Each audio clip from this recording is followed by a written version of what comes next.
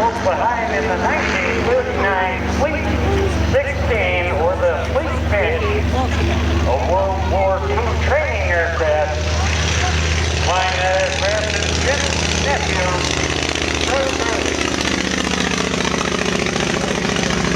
Now Rudy is the Black Knight of Copenhagen, breaks ground in the 1917 Now we're going to have a drive-by with Pretty Goodfellow and Trudy True Love, who are going to tie the knot out here this afternoon, and hopefully they're not going to tie the knot around the Baron's neck this time. No tricks, no tricks. He says, we're going to the wedding. He promises to be good. Ladies and gentlemen,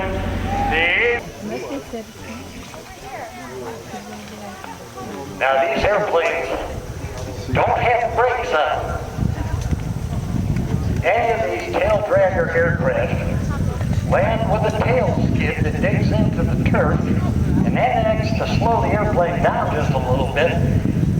But the last 20 miles an hour, up here on the far right, where our wing runners are stationed and positioned to catch the aircraft, are the very critical ones, because as that aircraft slows down, rudder control just kind of goes away as it slows right down, and the last 20 miles an hour are when the airplanes like to ground loop. You can see he's got the stick all the way back, and he tries a little bit of rudder motion out there, and we've got the wing runners to catch the airplane, and they have saved many an airplane out here because they do not have brakes on the airplanes. And you will notice that all these airplanes are hand started. And that's actually kind of an anti-nose over skid. And you might think, well, it does keep the airplane from going over, so it must be to protect the pilot. Well, yes and no. The pilot is secondary, as there were a lot of pilots around that were expendable.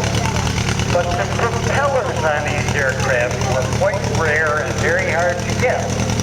So that's why they use these skids that protrude way out in front of the propeller and in front of the landing gear. Whenever he's ready, he can take off. Let's see if he's going to get snare underneath that landing gear. I can see the tail getting light. He's got the tail up. He's going up full power, and he's got it goose all the way, and it's getting light. Here it is. It's in the air, ladies and gentlemen. The 1911 Rio. And these aircraft were not equipped with a throttle as we would know it.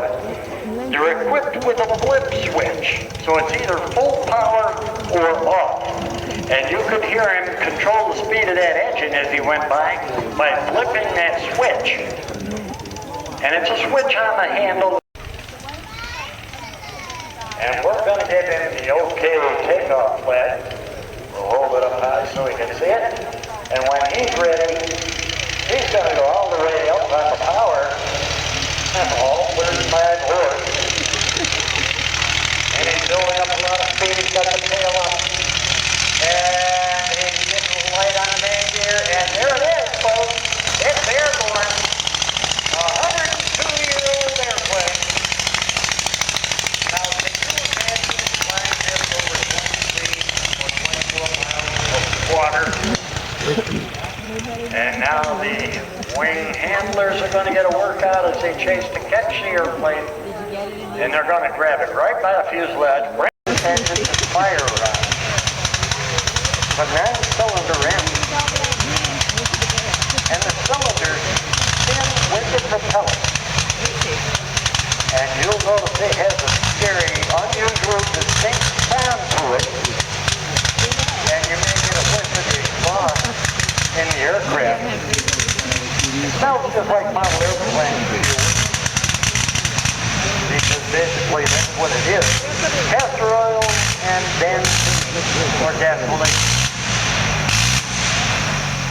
Now you can hear it as a flip switch Android. You can hear it go hit that flip switch when that engine dies down. That's when you have to shut off. He releases that button and it goes to the full throttle.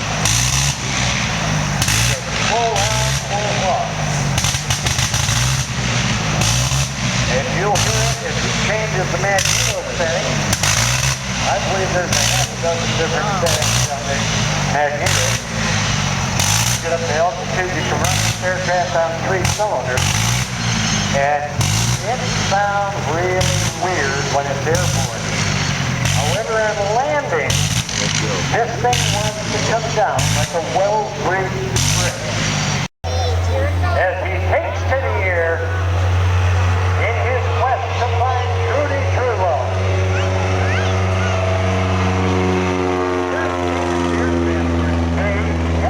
Speed of about 130 miles an hour. Now you'll notice that this aircraft is equipped. Hold on tight!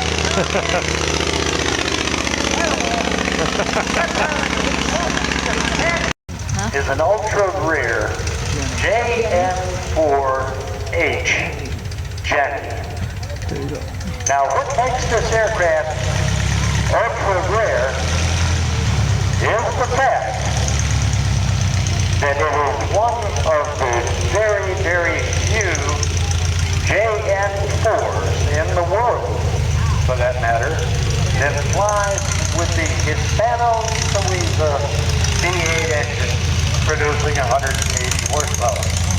There are 3 other aircraft with this same engine configuration. None of them currently flying. They're either under construction or in a museum. Now this airplane is basically original. It's a 1917 or 1918 British jet. JN4H. The H stands for the Hispano-Suiza engine. Now what makes this aircraft? Takeoff flag out here. And that lets the pilot know that there's nobody out there on the runway. Because the forward visibility on the aircraft is about to be higher. Now you'll notice on the upper wings are also posted with wires supporting the structure of the upper wing. Those are called king posts on this aircraft. And between the wings are additional struts between the upper and lower wings. Now between the struts are a whole bunch of supporting and flying wires on the aircraft. Now this served as a training airplane, and then they would climb on top of the wings, wrap their legs and feet around the wires running from the king post.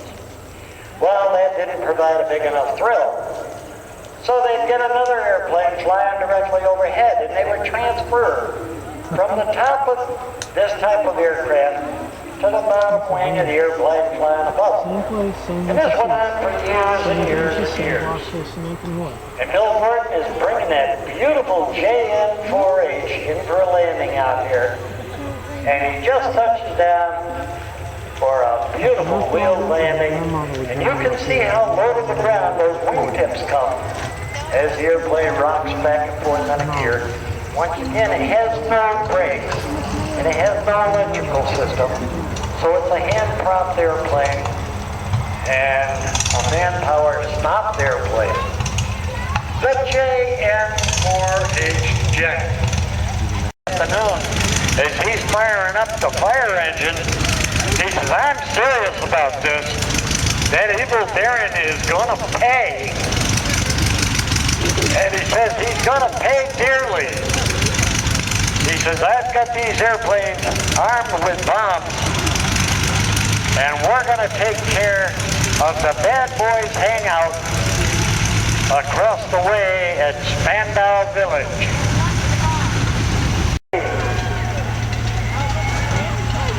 Percy, look out behind you! There, right away to the pilot! Oh, no! Well, Percy just got pumped in the head. Just pumped in the head with that big, heavy mallet. And he's making off with Trudy once again, Percy. Oh, Percy, you gotta get in a vehicle and go after Trudy once again here this afternoon.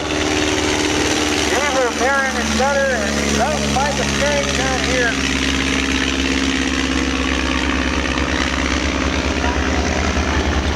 Percy, you gotta look around because Trudy's out here with Eagle Baron. And he says, I'm gonna set up and have a picnic. He wants to have a picnic out here with Baron's men. Head tied Trudy up to the barrel. They've got her tied tight to the barrel and she's screaming away. Oh, and we started the bombing mission. And there goes the first one. And they're getting closer to the Bad Boys Cafe. Now the Baron's concerned. Baron, we told you he's going to even the score out here this afternoon. Here comes bomb number 2. And another almost direct hit. He just blew the door open. And let's see if we can get one right on target. This one's looking good. Oh, and he's a little off target.